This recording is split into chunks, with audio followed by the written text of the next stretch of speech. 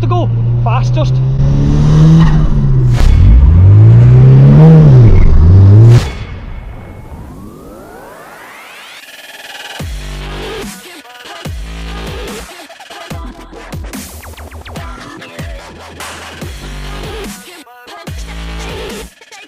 Welcome to another video. This is us experimenting and doing something different to the channel. We're going to do a point of view driving in Woo. So the sun is shining, it's a beautiful day. I've had permission from the owner. We're gonna go out and we're gonna have a nice drive in the sun to experience what it's like to drive Woo. Obviously, well, it's in the video where we took it to the Cosworth day at NY500. Obviously, you can't really experience it fully unless I do some type of video like this. So let me tell you a little bit why we chose to do this. I've had a really busy week this week with filming, work, just everything's been hectic. So I thought, what better thing to do to relieve a bit of stress, let's say, is to get out and go for a nice drive in the sun, be at one with the car and just enjoy myself. Because I feel with the fuel prices going up and the way the climate is, not many people now use cars for pleasure, as in going out for a nice drive, feeling relaxed, just driving somewhere, getting a quick beer, looking at the car and then going back out for another drive. And that's what I feel is lost on the new generation, especially now with the fuel prices, as I've just said, but also with the EV market coming in. I'm not against the EV market, because if the EV market means there's fuel available for me to be able to go out in the sunshine in something like this, then so be it. EV is perfect. Let's get in, let's get driving, let's experience what it's like to drive an old school four-wheel drive Cosworth Capri.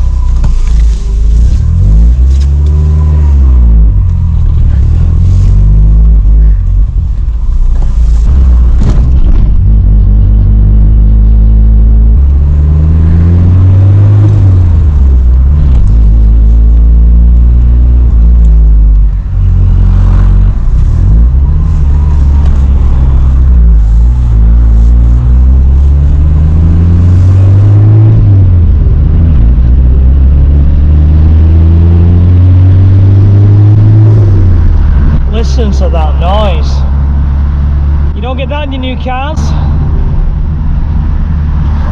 And that's what's a bit like, say, it's a bit upsetting that you don't get all the noise, you don't get all the whooshing, you don't get the dump valves. You don't get that no more from the newer cars. It's all meant to be built to be silent, where you want a bit of the camaraderie, the noises, you know, it makes the driving experience so much more better. There's nothing better than you can hear the turbo whooshing up and doo, right? Yeah, brings back so many memories of old school cars. And where we are now, we're coming down into a place called Mosley, and Mosley was the building area for this car. It was where Rusty lived, and we're going to head off down now to drive past Rusty's garage, just to drive past. Again, for me, a bit of nostalgic driving out in the sun. It's a beautiful area. So yeah, let's carry on enjoying this moment.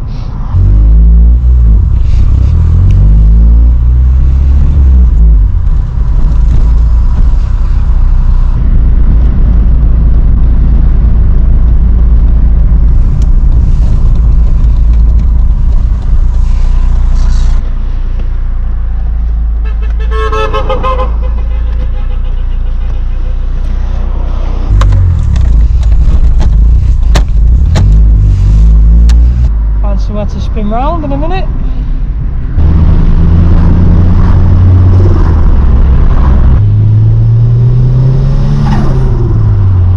Oh, sounds amazing. The noise of the flutter. Nice just to put her along in the sun and just enjoy it. And And like I say, is that going to carry on, you know, for the next generation of, with fuel prices, with EVs, that people are going to be emotionally attached to EVs? I just don't see it. I just don't see it.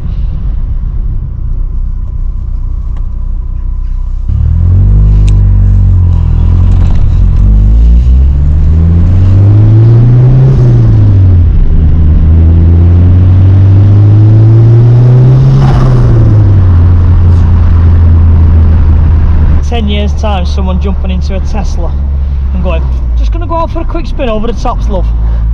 It's not gonna happen, is it? It's just not gonna happen, and it's a shame that that thing's gonna be lost. But again, on the flip side is we need EVs to keep the fuel so we can still run these cars. So this here now is classed as Roach's Lock. This is where the story for me started, because the next right was the body shop where they had the car painted, my Corsa painted. You'd walk down onto the canal, you'd walk up the back, and the car was sat in a back garden in, I think it was one of these houses off memory, rotting away. And the lights had done us some favours, and where it says Vehicle Lab Limited, that there was Rusty's garage. So I don't know if it was this row or that row is where it lived and kind of rotted away, but this is where Rusty's original garage was, where the car was built in there. I notice he's got a little homage on the wall. Very, really nice, really nice. You'll have just seen a group of guys outside a pub all turn round to look at the car driving past. Now it'd be nice to think, because it's so close to where Rusty was, that they will know the car and they're all smiling, even if they didn't know the car or Rusty, to see a Capri in the sun just driving past. You know, it certainly stands out to see a classic car being out. So the goal with the twin engine Corsa was always to have these type of days to go out for the drive and enjoy the weather and enjoy the car. When the car was obviously finished, it kind of grew a little bit bigger than I thought, and it was a little bit more not nice to drive. Obviously you always have these aspirations that you're going to use these cars, you're going to have all this horsepower, and anyone who thinks you can daily, you know, a massive horsepower car, you really can't. You can't, because they're horrible to drive, they're not nice, and the last thing you want to do on a sunny day is to go out for a drive in these things.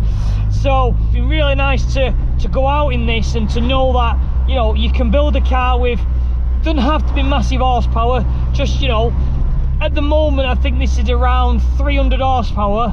It's super reliable, and it's just still, you know, you've got that attachment to drive it and enjoy it, where it, you know, at some point we will do a point of view driving of the twin, and you will see how horrible it is to drive. What's fabulous is we're driving through Mosley, which is in Greater Manchester, where Woo was built, and you can see people's faces that when you drive past, they're smiling.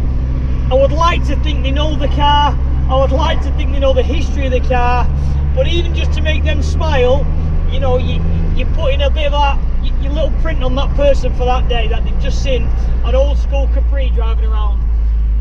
And for me, it's the same thing, just to drive around, not a care in the world, burning ultra expensive fuel, but enjoying doing it.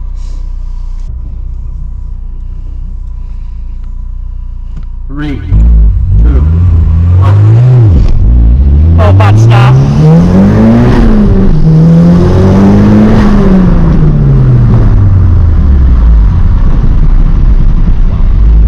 Let's try and get another one. You want another one? Yeah, let's have a go. Let's try and get the start right.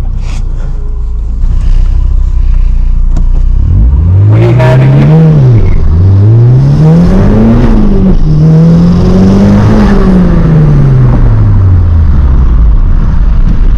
that versus yes, free launch. That's so much more fun. Do you think so? Feels more DSG gearbox. So smoother. Yeah, yeah. It's raw, innit? It's more raw power, and that's the thing with it. Yeah, it's a manual, you've got to change gear, but the S3 of your friend is effortless driving, and it just feels gradually fast. where this thing feels more aggressive and more of a driving experience. It's because of the lag, the fact if you've got to put the clutch in and change the gear and all that type of thing. Just to add to you guys who are going to be watching this, yes, we've just had to go a launch in Woo, and Lee, who's the owner of the car, very much aware that we're going out driving. He's given us permission to, obviously, the text message reads, give it some beans. So it isn't to have the turbo sorted out with me. So technically I did need to see what the turbo fault was. And earlier on in the driving, at higher gears, constantly on boost, you can feel like a slight surging issue, which we think's the turbo stalling. But again, quiet industrial estate, just have a little bit of a go of a launch. Again, Lee, thank you very much for letting us have a go. You know, we've had his permission. He's more than happy for us to have a do with this. And to say it's only around 300 horsepower, and for my son to have the reaction he's had to say, wow, job done. He can experience the old school turbo boost where you're changing gear and you're having to keep at it. So if you had to choose then, going out for a drive in something 300 horsepower DSG or 300 horsepower manual, yeah, you prefer this. It's because you're not just steering. No, you're not just holding on and pressing your foot down. You've got to do other things. Don't get me wrong, DSG is probably a lot faster, but as the experience of, when I said to you when we went out at NY 500, the fact of the lag, we've got to wait, oh it's on, wait, oh it's on. That makes the driving experience so much fun. Giant turbos and turbo lag is so entertaining. Pure fun. Yeah, it's a driver's car. You're not driving this to you're not driving it to go to the shops, are you? You're driving it to go out for some fun. Just that little thing there, you don't have to go fast, just.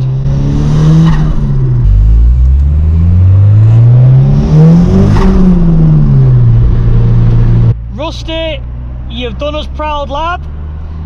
What an awesome machine. Nice to drive at 35 mile an hour as it is at 80 mile an hour. On the comments, everyone complains about the exhaust boxes. What we got to take into consideration is the car was built early 2000s, and the car is going to stay how Rusty built the car. But to be in the car, it is so quiet, so I can see why the boxes were made the way they were, just to make it nice and drivable. You can have a big loud exhaust. I'm 41, and the last thing you want to hear is bah all day long when you're going out for a nice drive. It's so quiet and pleasant to drive. The boxes work. The boxes work. They might not be to everyone's taste, but they work. Imagine like saying to me when I was walking around that corner, seeing it rotting in the garden and watching the DVD, and it goes back to it, and people are going to watch this going, God, you keep going back to this. But to think that you can look at a car that you look up to and go, I'm going to drive that in 20 years time.